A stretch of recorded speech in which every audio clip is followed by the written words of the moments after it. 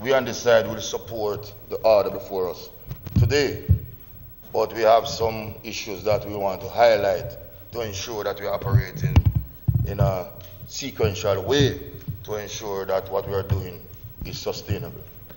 But let me remind this House that the municipality of Portmore was established under the Municipalities Act 2003, and the first election was held under that act in June of 2003.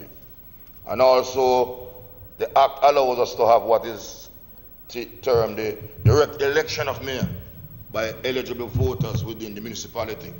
And we all know that former mayor, the late Mr. George Lee, was the first directly elected mayor for that municipality in 2003.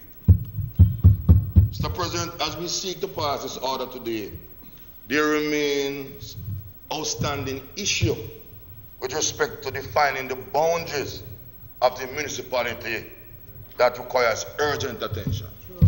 So we are seeking to have a change of name, but we're still not fully clear as to the boundary that defines the municipality and what that new name will entail as we move forward. And that requires urgent attention, Mr. President, and I speak through you to the Minister as we seek to not just have a name change, but clearly define what the name will represent. This will have implications, Mr. President, for electoral divisions within the city municipality as we are now defining it, and also for polling division boundaries within specific constituencies in Portmore, and that remains an outstanding issue. Ultimately, it will also have implications for the voters list that will be used to determine the election when we directly elect that mayor within Portmore. So the boundary of the municipality, or the city municipality as we are now seeking to have the name change, is critical for us to settle once and for all so we can have clearly defined areas, a clearly defined voters list for those citizens in the geographical area to so elect their mayor. And we saw an issue recent in the last election in terms of one proposed definition, and we had to refer to the 2003 definition. And the issue remains an outstanding one as we speak today, Mr. President. So I urge critical attention in that regard.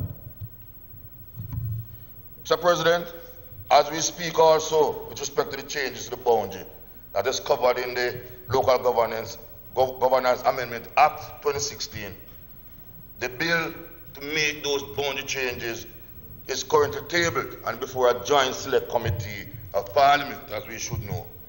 And they seek to amend the law regarding the alteration of the municipality boundary. Mr. President, the hearing, unfortunately, has however been adjourned from that joint select committee because there's an outstanding issue as to what is the authorized map to define the area of the boundary within Portmore.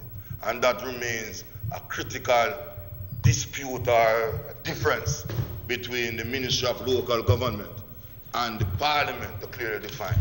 And at another place where I sit, there is also issues in terms of how the ECJ role in all of this. Because while the ECJ doesn't have the authority to deal with municipality boundaries and parish boundaries, we all know that the ECJ has responsibility for electoral division boundaries and polling division boundaries, as it will have an impact on elections. But you can't have a separation of both, because you have to first define the boundaries of the municipality, then the ECJ defines the electoral boundary. And that remains another outstanding issue as we move closer yet again to another local government election. And we'll ask the citizens of Portmore to directly elect another mayor in short order, or at least by Constitution 2020. So we need to solve that issue once and for all, Mr. President, through you to the Minister as we seek forward, as we move forward in this particular regard. And Mr. President, let me hope that as we seek to deal with this issue, it is not clouded by any political objectives, and no political organization or other organization or individual will seek to have their influence on the process. And I know from why I speak in this particular regard. Because this must not be an individual MPs or councillors to propose what the new definition ought to be. But we must have consensus with the critical stakeholders in the best interest of the people of Portmore and the country in general. Mr. President, based on information from the EOJ, certain consequences will flow from the current proposal before Parliament. What is there now, Mr. President, would impact 2 of the 3 constituencies in Portmore. It would impact 3 of the electoral divisions, and it would impact some 13 polling divisions.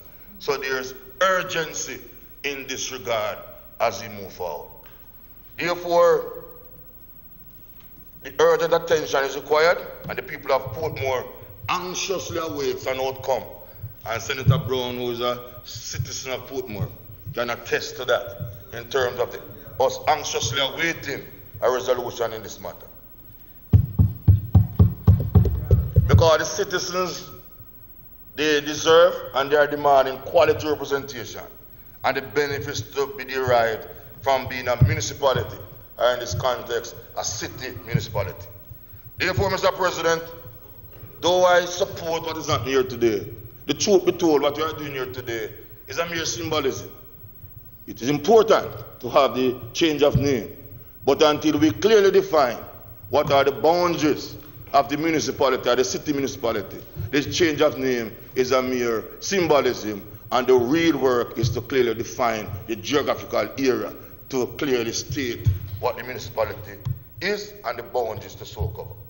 So this is really important, but not the critical work to be done as we move forward, Mr. President. And I urge that we move on this in a critical way. Right, as a former senator would say, not a piecemeal approach. And Senator Johnson Smith, you know that way, but a comprehensive approach as we go forward. No, she needed that already. Mr. President, it's also important to note that the municipality, as we have it now, was created some 15 years ago, and the verdict is still out as to the success of the municipality, and we can assess that as we move forward. It's also important to note that it was the plan to roll out this model to other areas of the island.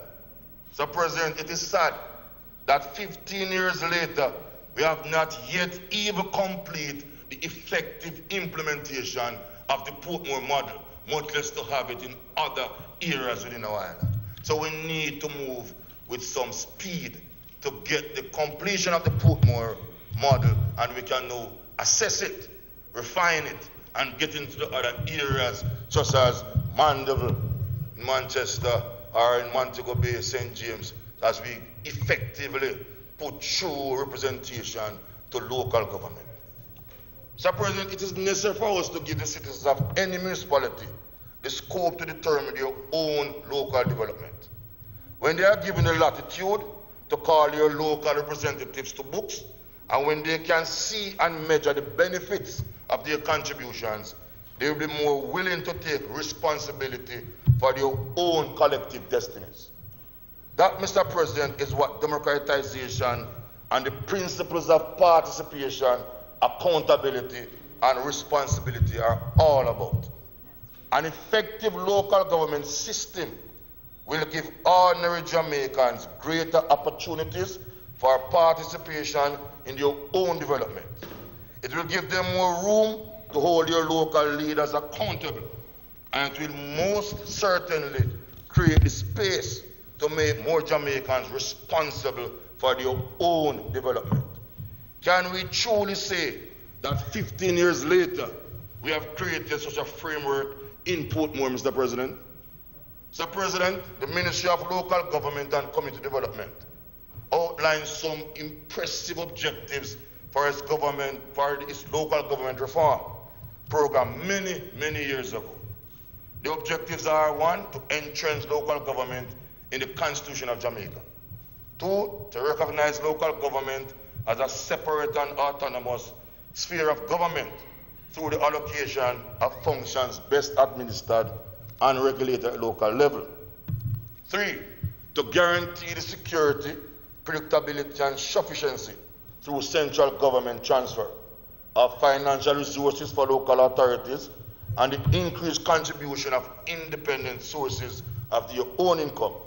And 4, to provide a modern legal framework for the viable operation of local authorities, including the authority to conduct the functions and responsibilities aligned, the delineation of the scope and powers of mayors, councillors, secretary managers, they are now called chief executive officers, the financing of local authorities, and the management of their human resources. Mr. President, with respect to the first objective, this was done in 2015 with the new Local Government Governance Act, and some advancement has taken place since then with respect to objective number 4. However, Mr. President, whereas there can be a few rational objections to the desirable and urgency of these proposed changes, these impressive proposals have been pending far too long in achieving a comprehensive reform of our local government system. If given the latitude, we all should accept that communities are more likely to better understand their local needs and determine the best solutions. Mr. President, with respect to the issue of autonomy, how much autonomy does the municipality of Portmore really has with respect to issues, Mr. President? Let's put it squarely on the table. For example, with respect to the issue of garbage collection, management, and disposal. With respect to the issue of managing its local fire service, cleaning drains, and earning its own resources. How much autonomy can we genuinely say exists in this municipality, and indeed in the municipal corporations across the island? If the truth be told, I would say not much. The municipality remains highly dependent on central government, despite all the talk about reform and creating autonomous bodies. They are still highly dependent on central government for resources with no clear method for funding. Was this the original objective, Mr. President? I think not. As the time comes for us to genuinely reform the system. Mr. President, I ask, does the municipality rely on the discretion of the minister to determine funding each time it is to carry out basic operational tasks? And my observation and answer to this question would be yes. You can't have a system where you have separation of powers in terms of different elections. But if the mayor or the council is not aligned with the party that forms central government, there is not certainty in terms of the availability of resources to carry out the prescribed functions so given to the municipality or other corporation. We need to correct that, and correct that with urgency, Mr. President. Or is the municipality given an overall budget to manage and determine critical priorities? If this is not done, how does this conflict with the notion of being an autonomous body, Mr. President? Mr. President, some broad benefits of strong local government system for the municipality of Portmore, and indeed for all municipal corporations, are: 1, an effective local government can expand the process of democratization and lead to greater local ownership of development by the people.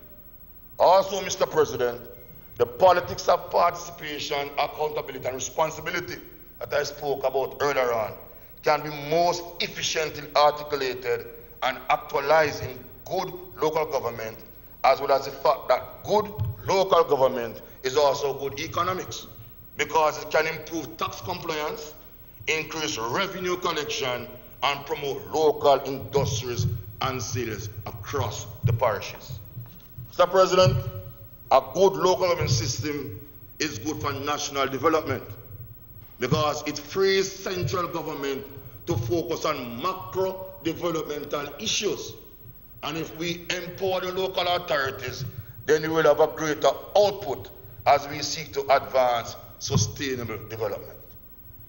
Mr. President, I honestly believe that an autonomous local government can be run without corruption.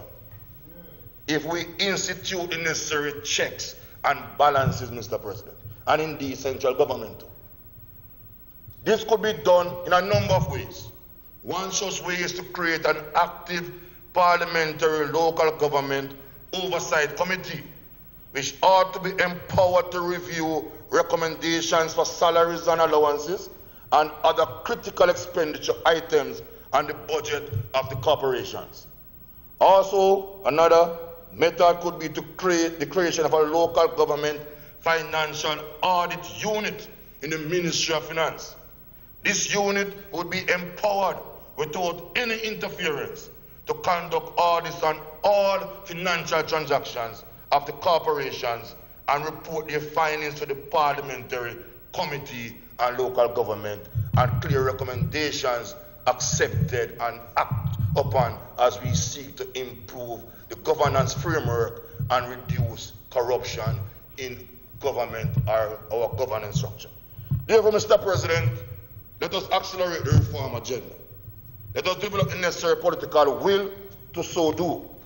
Let us complete the process with respect to the Portmore Municipality and not just an order for a name change. Important, yes, but we need to complete the process. Let us do this so we can achieve the growth, development of the area, growth and development of the area, and indeed our nation as we advance the progress of our people. We on this side will support the order today, but we call on the government to let us deal with critical outstanding issues as it relates specifically to the Portmore municipalities and to the reform agenda generally.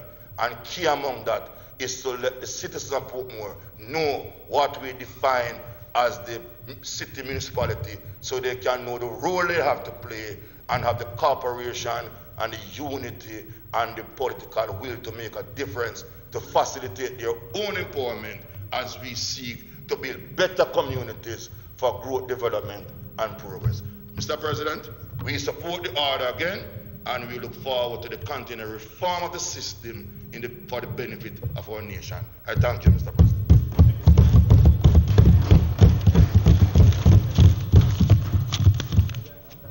Very good. Thank you, Senator Skeffrey. Senator Williams.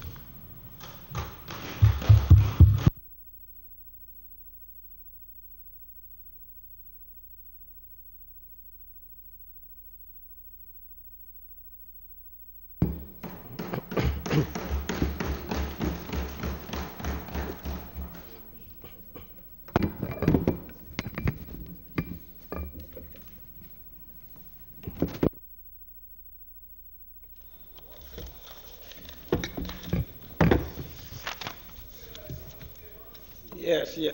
Sorry, I don't speak often, so when I do, I must make it, must count for something. Mr. President, good morning. I did not intend to speak for very long because I think it's fairly simple. But there are some questions that I must. There are some comments made by my fellow colleague, Senator Skeffrey, that I must bring some clarity to. But while saying I understand the spirit with which some comments were made, and we appreciate that. But there are some things that we have to bring clarity to, which I will do so during this short presentation, at some point in the presentation. Firstly, I would like to say I have a speech here, but I think I can quickly gloss through some of it. I would like to say, however, that history is important. And being the mayor of Kingston and understanding the history of Kingston, where we are coming from, because we all know that Kingston came into being as a result of the earthquake in Port Royal, and Kingston was 200 acres, and people were fleeing. The residents of Port Royal were fleeing the ravages as a result of the earthquake there, and then Kingston evolved from that into a city in the 19th century, the capital city of of Jamaica. And then from there, we had in the 1920s the amalgamation with the parish of St. Andrew. So we became Kingston and St. Andrew. And Portmore has its own history, which we must appreciate. That Portmore also has a very rich history dating back to the 1900 AD, and which is a rich history. I know some of us may not have known that before, but just researching, you would see how rich that history is. Portmore has evolved, and it came as a result because Kingston itself was having challenges in terms. Kingston was expanding, commercial activities increasing, there were the rural to urban migration, and just Kingston just could not accommodate that at the time.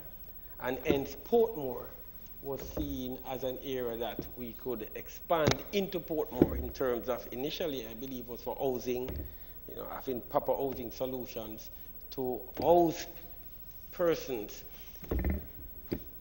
close to the capital city. And hence Portmore started that development. And a lot of investments spanning both parties in government.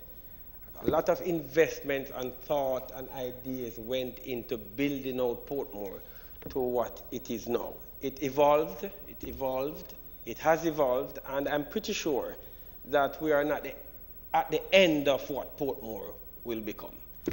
In another 50 to 100 years, we may never know. I mean, as Mayor of Kingston, we are now, I see the direction that we're taking Portmore. I can see it, but you never know. One day, over the next 50 years, succeeding generations of Jamaicans might decide to just look at Portmore as a part of the city of Kingston. You never know. That's 100 years from now, not now. So I'm saying because developments and increasing technology and the modes of transportation, Portmore is very close to Kingston. I mean, it's almost sharing the same coastline.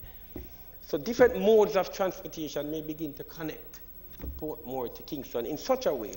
And succeeding generations of Jamaicans may decide that it may be in the interest of Jamaica to make Kingston I use the word mega loosely, but a mega city, because I know some person would say mega city is millions of persons. So I use it loosely. So I'm saying Portmore is evolving, and we have to be careful in terms of how we can't be too quick.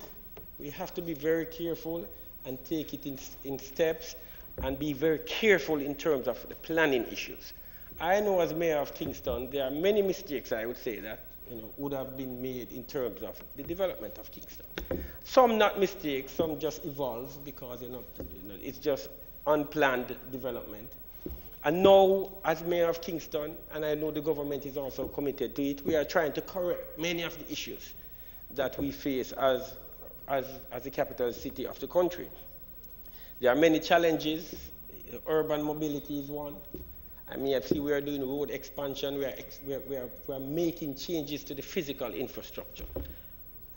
But those changes and we have to be very frank, will not solve the urban challenges that we will face over the next 50 years. So after these changes, we still have to have many more changes I'm referring to Kingston now, to Kingston in order to prepare the city for what is to come in the next 50 years. The estimate is that 90% of persons will live in urban centers. And so we have to prepare for that. And the issues that come with that in terms of mobility, urban mobility, and other issues on a burden on the infrastructure. So we have to begin to build the infrastructure in preparation for what is to come, so that life in the city will become far easier for our children and the grandchildren. So that's part of the planning that has to take place. And this planning has to be done within the context of coordination. I keep using the word seamless coordination between all the agencies. the disjointed approach to urban management and urban governance cannot continue to obtain. And so I say this so that while Portmore is evolving, and I'm sure will continue to evolve, we have to look at the issues that are confronting cities, are confronting urban centers, and look also of where we are going. What will be and that's easy to do. What will be the status of Kingston 50 years from now, 100 years from now? The same with Portmore. So I support the ministerial order that seeks to change the name from the municipality of Portmore to the Portmore City Municipality. And I do so because I understand the importance as mayor of Kingston. Kingston has established many relationships with cities across the globe. And I find it is for across and we have benefited from those relationships. Sometimes persons, we get these comments all the time. People say, you're establishing sister city relationships and arrangements. What are the benefits? It's just like it's on paper. But that's not really true. As a matter of fact, many of the ideas that we have now and are unfolding within the city, including the flag circle, and the idea of a command center at the municipality that monitors key urban centers within the city, monitor, and that does the monitoring for various reasons. So in order to make a more to more efficiently use the resources we have in terms of garbage disposal issues, in terms of vending issues, traffic flow issues. The monitoring of the urban centers and certain key spaces within the city from a command center in real time is critical to city management as we move forward over the next 50 to 100 years. We have started to build out this command center with the help of the NAA and under the Jamaica Eye program at the municipality. Now, this idea came as a result of our trip to Mexico City and our conversation with city officials in Mexico City. We were in Bristol recently, and we visited and had a town hall meeting with the Jamaican diaspora in Bristol. But we also started discussion, and I don't want to say too much on it because we haven't unraveled that as yet, but with a major university in Bristol, in terms of, it's quite related to what we're saying, to the Portmore. I mean, there's nothing that Kingston does in terms of local governance that would not be related and relevant to the issue, to Portmore as a municipality and as a city municipality. And I'm saying what I'm saying because I understand the importance of the word city.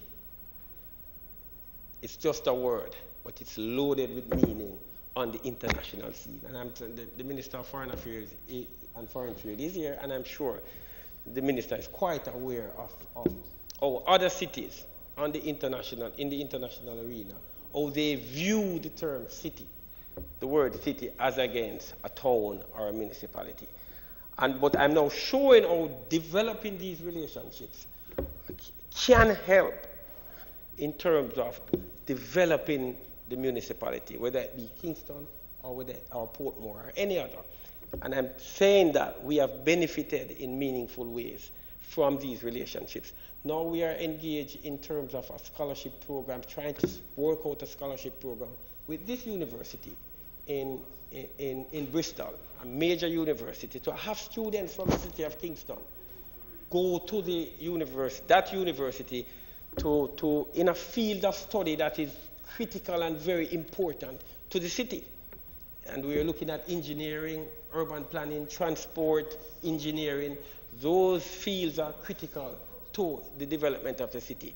And if we did not visit Bristol and engage in discussions at Bristol, this would not have risen.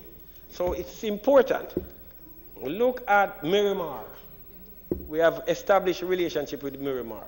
And most of these cities like the term city.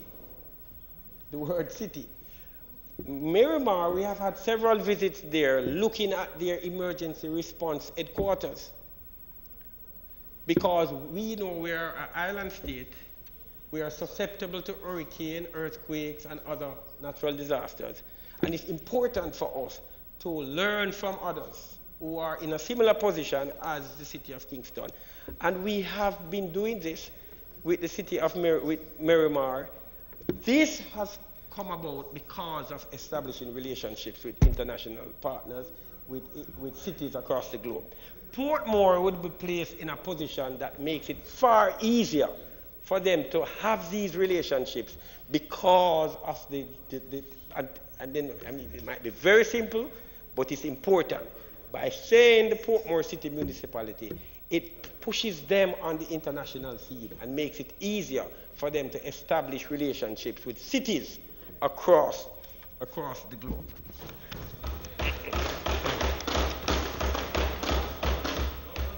I just now would want to say that there are other issues in Portmore. I'm sure we are all supportive of Portmore having a university. We are supportive of Portmore having its own hospital. So and I'm sure all of us here are quite supportive of that and look forward to the day when that will happen. Commerce is thriving in Portmore, and it's the economic activity there, commercial activity is increasing daily, and it's part of the progressive towards the prosperity. It's part of that. It's progress and it's prosperity, and so that is important. I have no problem with progressive. I mean, progress is good. Yeah, and and prosperity also. Now, in terms of some of the issues, I'd just like to just clarify some of the issues, Senator.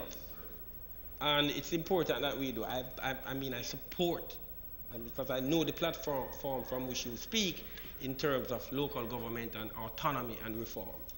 And both governments have been supportive of the local government reform. You know, there are some of us in the local government fraternity who might say the reform didn't go far enough. And that's fair. But we all are understanding of the fact that it's reform. And it takes time, and you unfold. So it's a step in the right direction. And we are appreciative of it. We are not saying the reform is complete. The reform continues, and I'm sure that the Ministry of Local Government is looking at further reforms, and I'm sure that all governments going forward will do so. But the issue is that there was a point made about basic operations, that the municipalities cannot carry out basic operations without the support of the Ministry of Local Government. And that is really not true. That is really not true. And I'm speaking from the position of chairman of the Municipality of Kingston and St. Andrew. That is not true. And it's not also true to say that the local government have no clear avenues for revenues. That's also not true. There are many avenues for revenues. There we have amusement license, and the entire entertainment industry fall under that. We have advertising.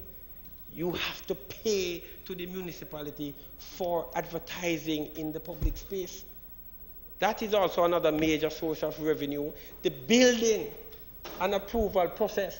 To have your building plans passed and approved, you have to pay a building fee.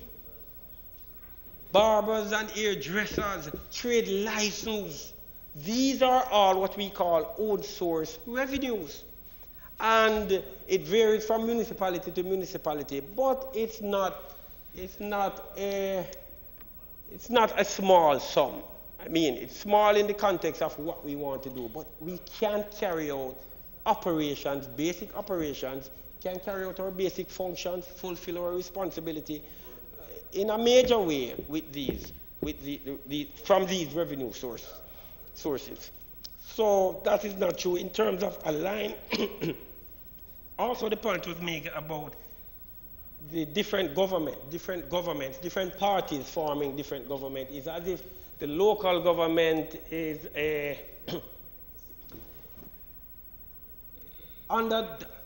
the point made is that the municipality, if there's a different government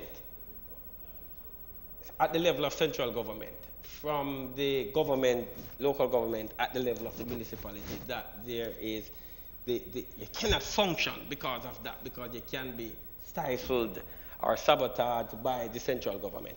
That is also not true. I don't think any municipality would say to you that they feel that they have experienced that over the last 30, 40 years.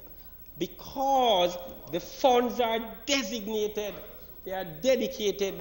The PRRF is a worked out formula. It's a worked out formula. You are allocated specific sums of money each month based on a formula. So no government can come and say that they are not sending funds from the PRF. There is no command to it. That is the truth.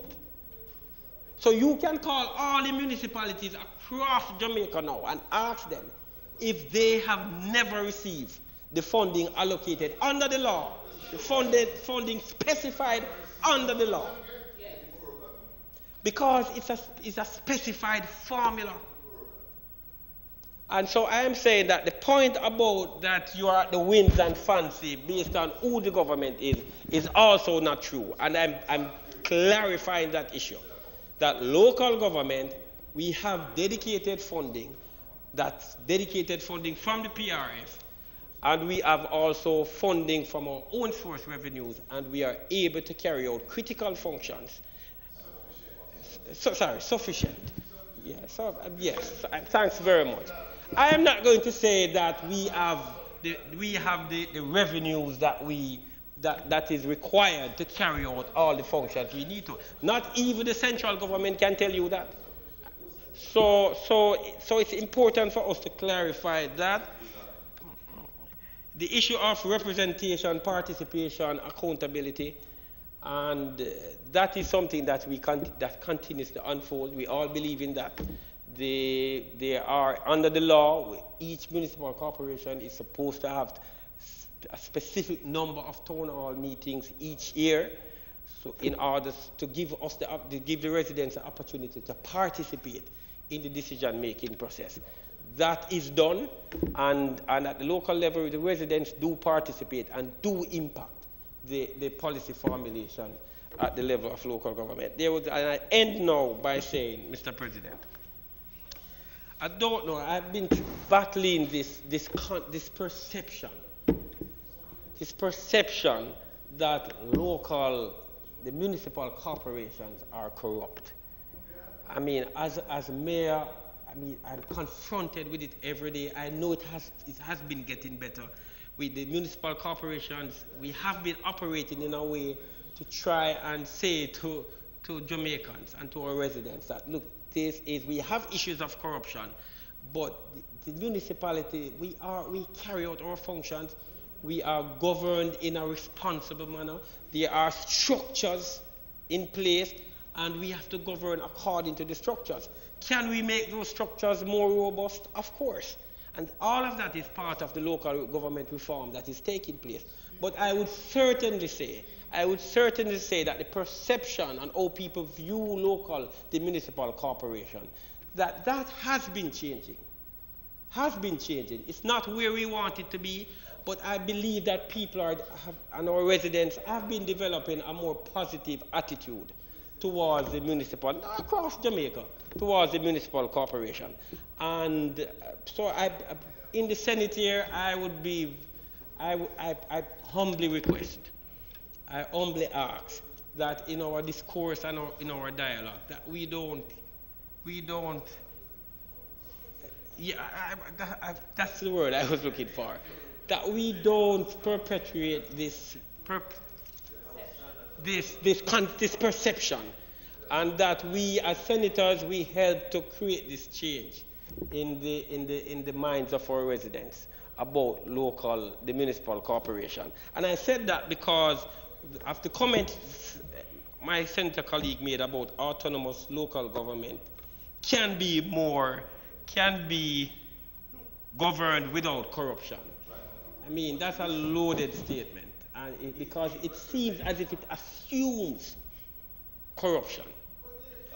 But there's corruption everywhere. And we are not saying that corruption is, but the statement gives this pervasive corruption. I'm not saying there is not corruption.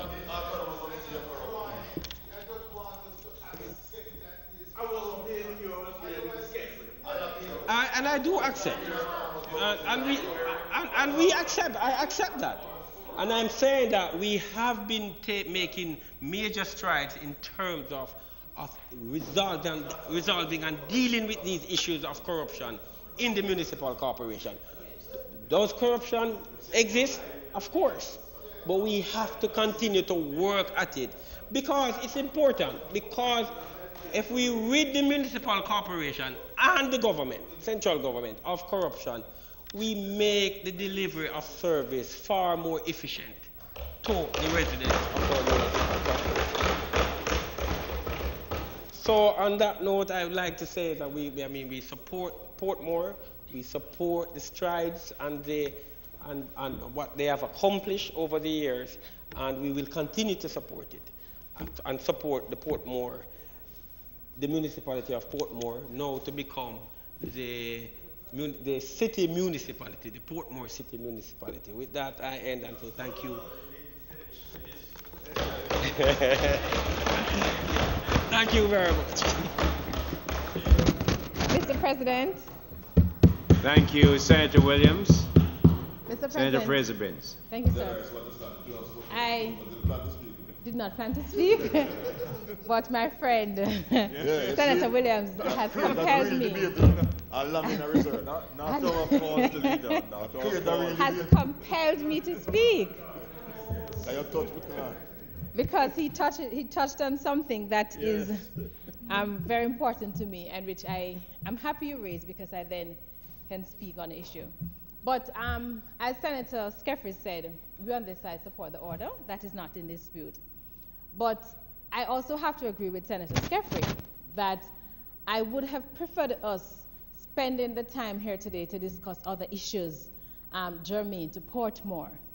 My friend spoke about the hospital. Now, for a city that has been in existence for almost half a century, it is really unfortunate that we do not have a hospital there. And when one considers the fact that in 2011, approximately 300,000 persons were deemed to be living in Portmore, and I'm sure by 2018 that number has increased. I was trying to find the updated figure. I can't, but I'm sure it has increased.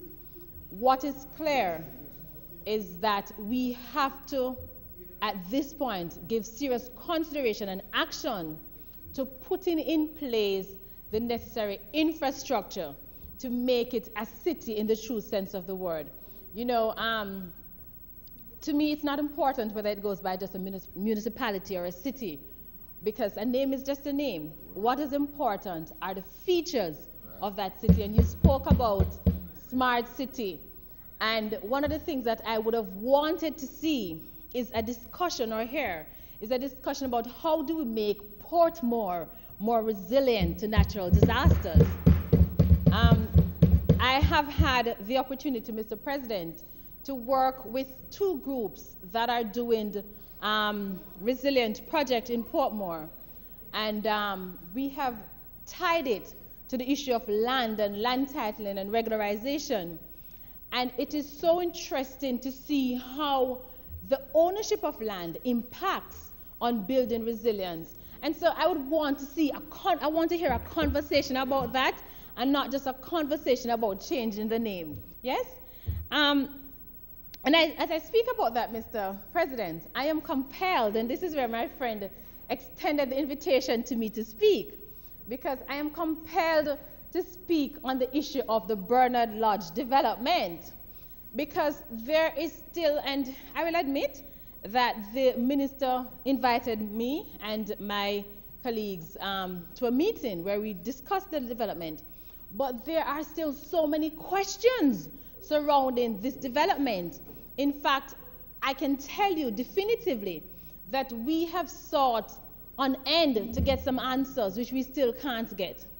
But as we talk about the boundaries of, as my friend and colleague Skeffrey mentioned, we spoke about the boundaries of Portmore. And as we speak about the name change, we have to discuss Bernard Lodge development and how that is going to impact Portmore as we know it. Because with a projection of 17,000 housing solutions, it is going to change the landscape profoundly of Portmore. It has implications on the sewage system. It has implications on transportation. It has implication on water use, water maintenance. You know, that is the kind of discussion I would have wanted us to talk about. And the education system, of course, comes to mind, and how we ensure that the education institutions in Portmore are of the quality, so we do not have to have all our children leaving Portmore to go to Kingston to attend good school. We also have to think about employment opportunities, and I know that a part of the development plan, as I heard, will be looking at the economic aspect of things. But we have to look at all of that within the whole scale, Portmore, and how that is going to change Portmore and make Portmore more sustainable. But also critical to Portmore and the Bernard Lodge development is the environmental impact. I don't believe, and I know NEPA has approved the development plan, but I am still unsure whether we have given real serious consideration as to the environmental impact of this development given the space. And when I say environmental impact, I spoke about some of the issues earlier, but I'm talking about air quality. We have a very serious air quality problem, particularly along the Spanish Town Road belt, where we have that industrial belt, and parts of Portmore. And we know, particularly in this year, the many incidents that have occurred and persons being affected by poor air quality. And so I don't know if we have truly given real thought to that kind of environmental impact for the residents of Portmore, and particularly because of the production aspect that is associated with the Bernard Lodge housing. And so, as we consider Portmore, and as this order makes Portmore topical, I would ask that we also spend some time looking at Portmore as it is and as we envision it, but not just looking at it, but having real consultation. Because I can tell you, Mr. President, that from where I stand, my information is that real consultation has not been done. So the municipality or the councillors in Portmore have not been fully apprised of this development plan. They have not had the opportunity to give real input. They were involved in a meeting or two, but they haven't had the opportunity to give real and ongoing input in this plan. And I think this is an opportune time for that to be done. And you know, Senator Mayor, I don't want to prolong the discussion, but as we speak about Portmore, there is no doubt that what was envisioned when it started, and certainly in 2003, has not been realized. The kind of development has not been realized. And both sides will have to take some responsibility for that. But seriously, we have also got to accept that the kind of autonomy, and currency, Senator Morrison, the kind of autonomy that, and you must realize, Mr. President, Senator Gale is disturbing me. Yes. But, and I say that, and I tell you why I say that, Senator Gale, because the kind of autonomy that ought to be given to the Portmore municipality has just not been given. Both parties have been at the helm of central government over this period, and we have not effectively undertaken the kind of local government reform that is needed to give that kind of autonomy. It is, and I suppose you laughed because I said that the vision has not been realized. But the vision hasn't been realized, but the Portmore Council itself can't be blamed because the council is still in large part responsible to the portfolio minister of the day. And so we have jointly to take responsibility for the failings of Portmore in not achieving the objective. And so as we consider this, we have to look back at the issue of autonomy. And I do know, for example, from the property tax, and I know that there are regulations and rules that establishes how much money and what percentage goes to the parish council, and they can spend that. And I do know that the mayor has a discretionary fund. I appreciate that. But at the end of the day, not the mayor, the minister, I'm sorry. At the end of the day, the municipality, whether it's in Kingston or Portmore, does not operate in and of itself because it does respond to a higher body, which unfortunately is not the people. And so we have got to change the conversation. So it is because there's Portmore, there's St. Catherine. The population in St. Catherine is growing. There's Montego Bay, which I know that in the previous administration, we had taken steps to make it a smart city. And in fairness, this administration has agreed to continue the steps undertaken to make it smart. And that is what governance is about. But we have... You didn't have to go to Mexico. But, but there's so much more that we can do to make our local government and governance more effective and more efficient. And I look forward to that conversation. Thank you, Mr. President. Thank you, Senator Fraser-Binns. Leader. I want to talk there. You're allowed to speak to us. Senator Brown. Thank you, Mr. President. Mr. President, this is a single item day.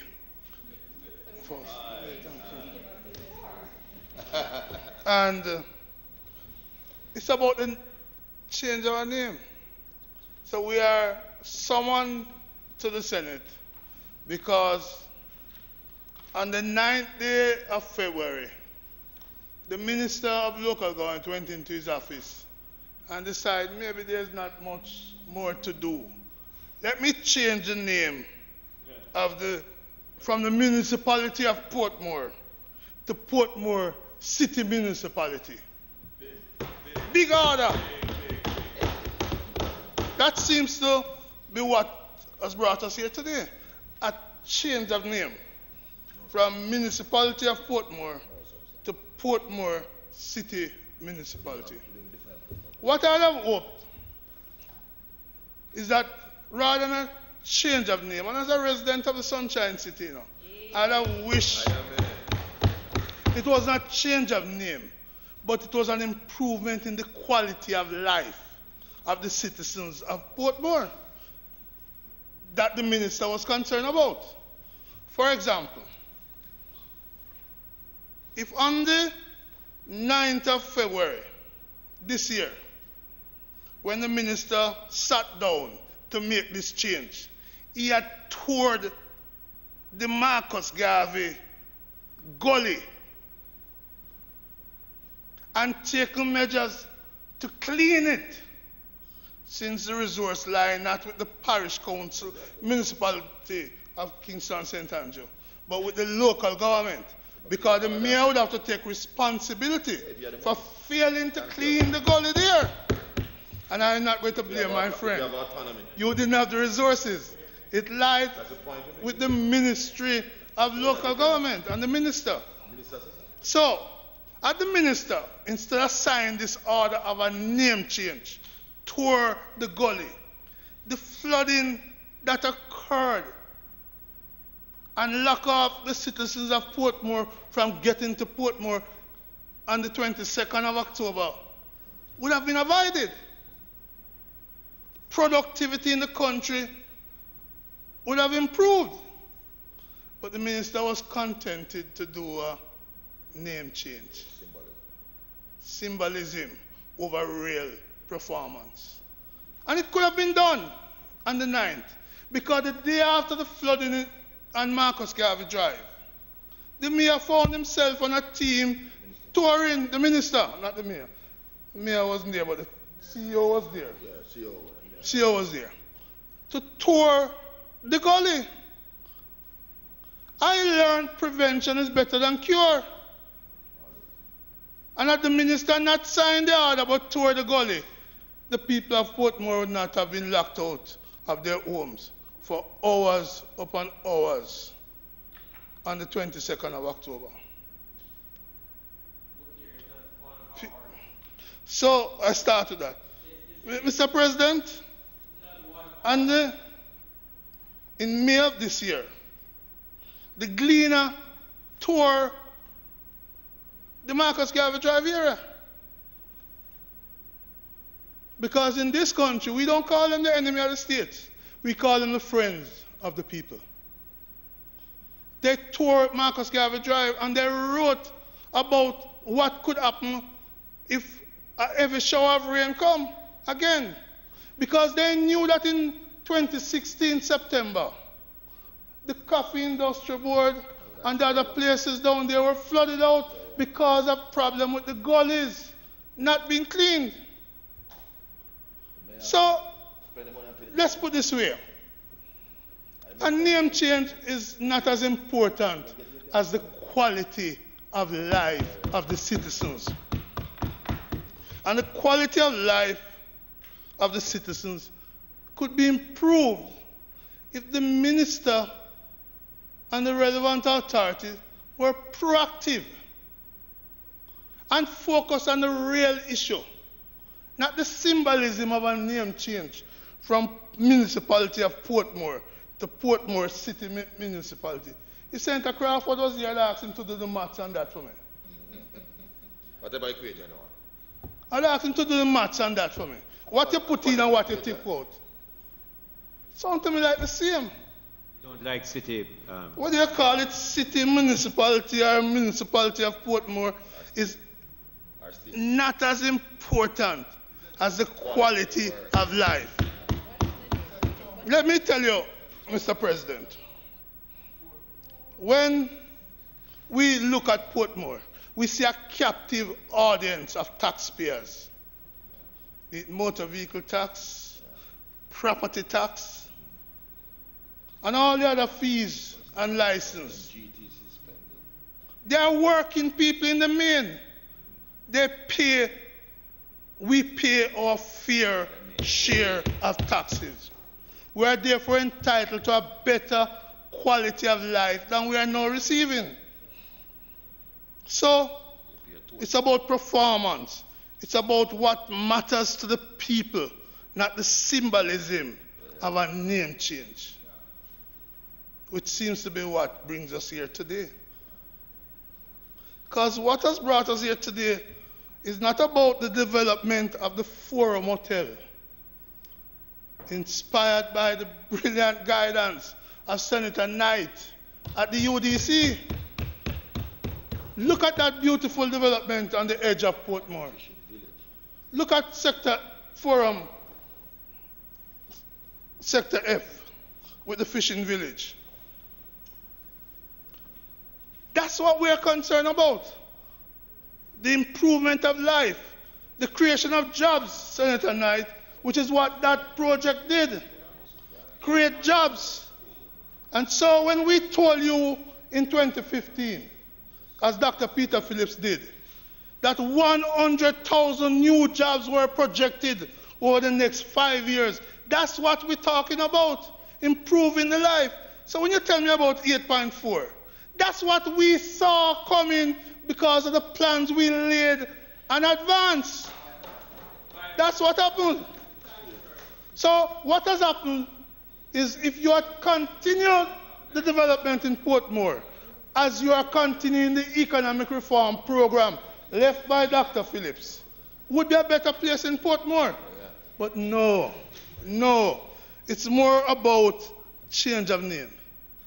You see, President, if on the 9th of February, when the minister sat to make this change of name, he had said Let me go and see what's happening on the Dyke Road entrance into Portmore, where for 2 school terms, 2 full school year, the entrance and exit from the Dyke Road into Portmore at Portsmouth and Waterford collapse.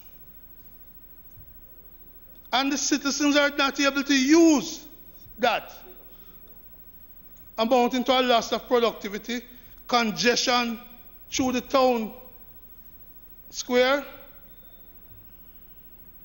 And I ask myself, with such a major road collapsing, why has it taken so long to have it repaired and put back into use so we could improve the productivity of the nation? And some people will say, is it because the MP is from the opposition side? Because believe me, PNP, JLP, no P use that route. They use that route. This is bigger than them. This is NWA. They more than make representation. The MP more than make representation. I talk about it. My concern is why suffer the people of Portmore who pay their taxes by not promptly repairing the Dyke Road. I'm happy I saw equipment there this morning. But it's a crime not to have worked on it much earlier. Because in the night you go to Portmore, the town centre is jam up. Come through the toll road, town centre jam up. It's not in the pipeline, Minister. It is just the slackness and the type of victimization in our politics. That's the problem, right? In other words, at that happening certain constituency, the attention would be prompt. The minister would have toured it the day after. But that didn't happen. And the citizens of Portmore asked, when will the Dyke Road entrance be open? They were happy because they saw a plan before, where the previous government declared 6 lanes for Marcus Drive and started that in 2015 and before. The previous government announced 6 lanes for Mandela. 6 lanes for Mandela. So that work would go and ease the traffic woes of the people of Portmore. Those 6 lanes. In fact, I don't know how Omar Davis wasn't called a 6-lane minister.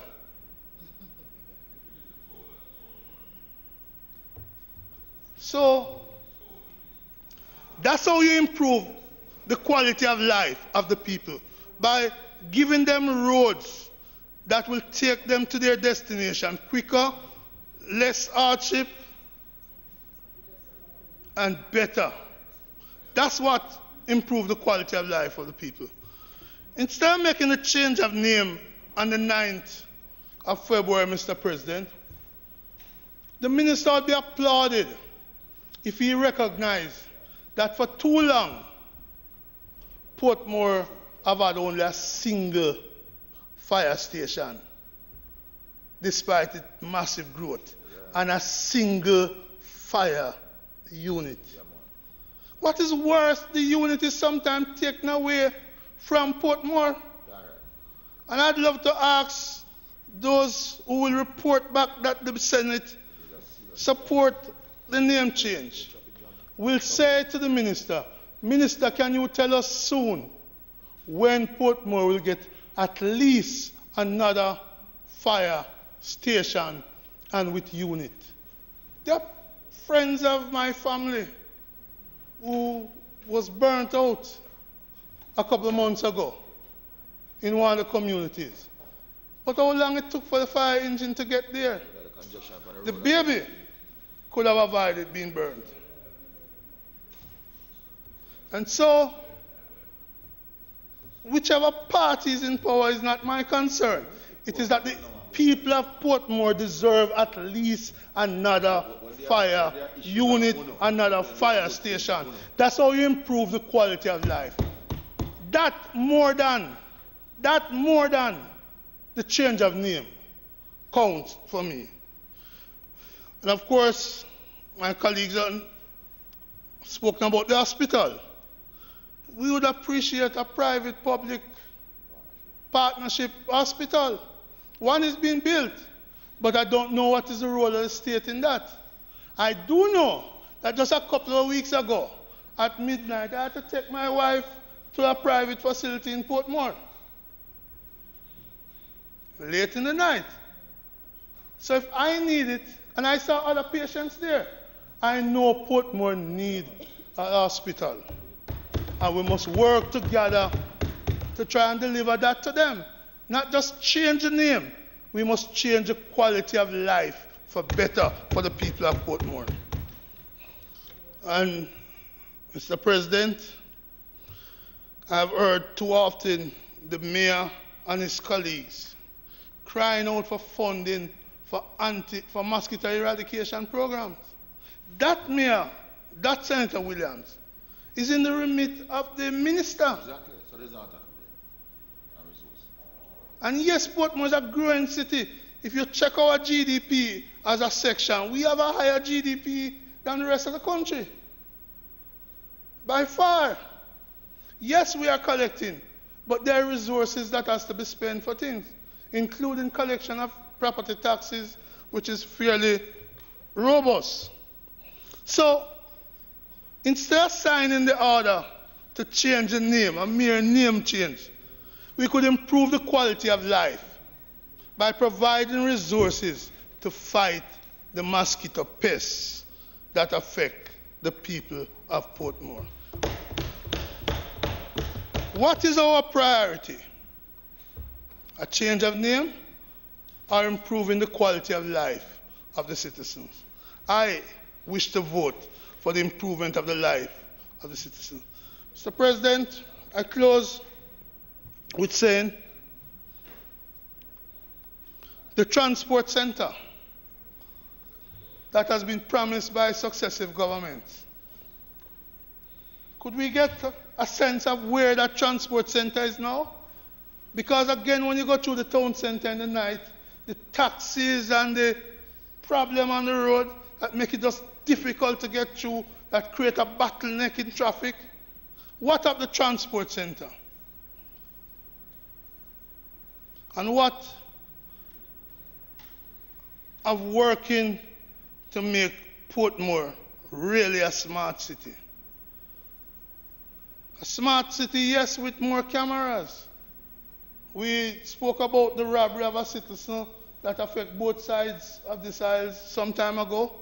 Just yesterday, I was told of an old lady who went to the bank and was robbed nearby.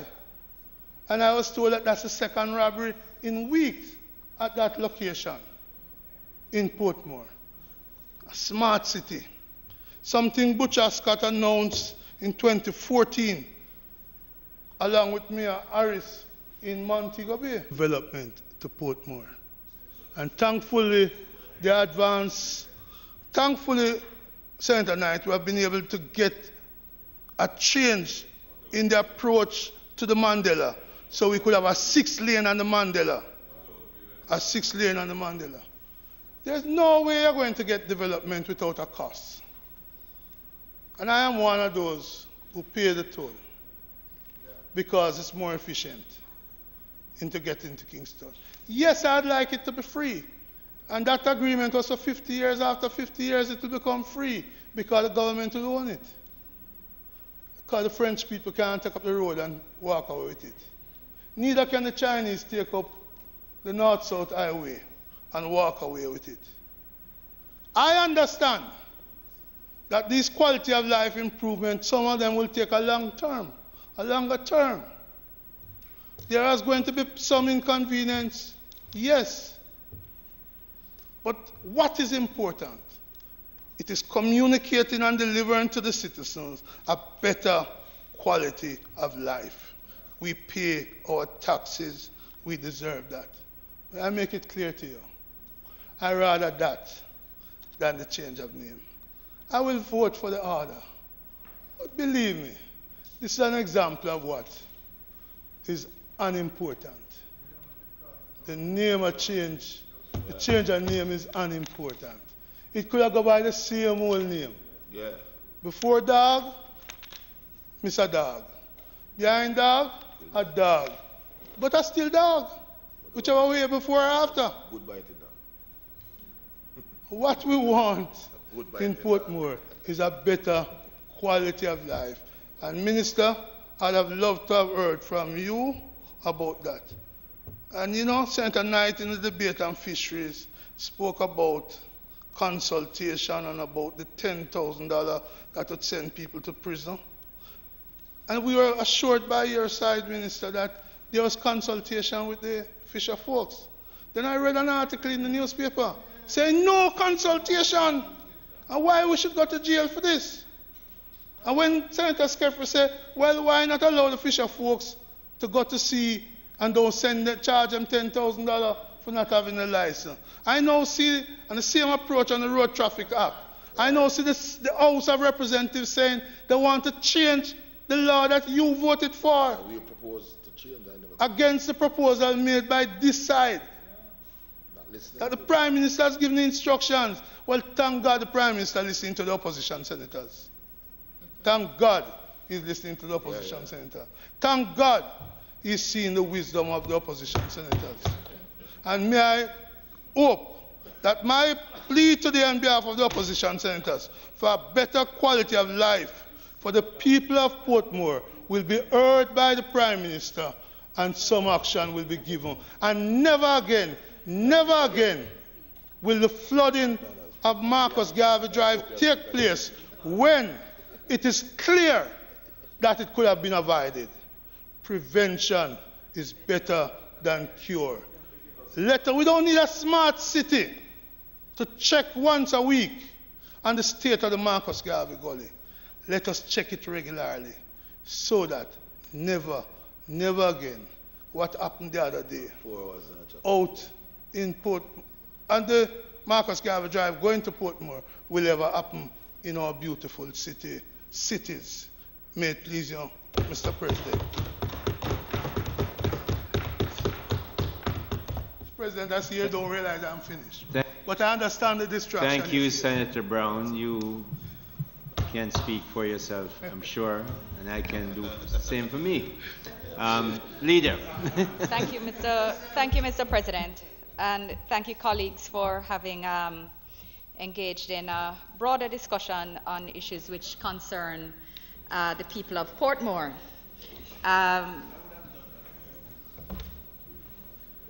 And the facilities with which they're availed within the municipality. As was stated quite clearly at the beginning of this debate, the order before us is in respect of a change of name. And I think it bears repeating, because it clearly was not heard by all members present, that the change of name was requested by the municipality corporation led by Mayor Leon Thomas, which at a meeting on June 14, 2017, took the decision to apply to the Ministry of Local Government and Community Development for this name change, which they view to be of importance. So far as I understand, 14 of the 12 of the only 2 of the 12 divisions, let me put that otherwise.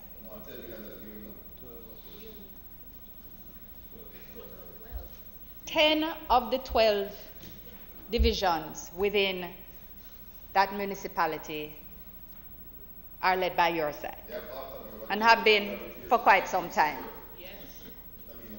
2 of the 3 seats are held and have been held by your side for years. This is the case. So the concerns which you have about performance and the things which you believe matter to the people should quite properly be brought to the attention of these persons who on the 14th of June 2017, decided that they would apply for this. So the Minister of Local Government and Community Development indicated that he would favorably consider the application, which has been done and has been supported in the lower house as well, including by the members of parliament who represent the people in that municipality. So there are broader issues to be discussed, undoubtedly, but they are not for the Senate today. The matter which we will address, and which I'm pleased to have the support of colleagues on both sides, is the change of name, which has been viewed as important by the municipality corporation. And I will not, therefore, prolong the discussion. Matters in relation to electoral boundaries, etc., are clearly not relevant to the particular discussion and will undoubtedly be addressed by the Minister in due course, as with other developmental matters. So in that regard, Mr. President, I would ask that the motion be approved.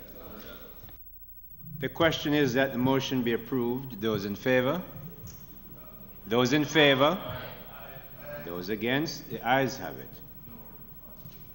Minister. Mr. President, thank you for your support. Members, thank you both. Thank you on both sides. It is not intended to do any further business.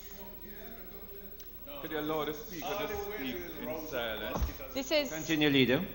It would have been opportune this morning for us to speak to the appointment of Senator Morris as a CARICOM rapporteur on persons with disabilities. But as he's not present today, Mr. President, I would ask that we address that matter when he is with us so that he can participate or at least enjoy the presentations which are made. In that context, then, Mr. President, I ask that the Senate be adjourned for a date to be fixed.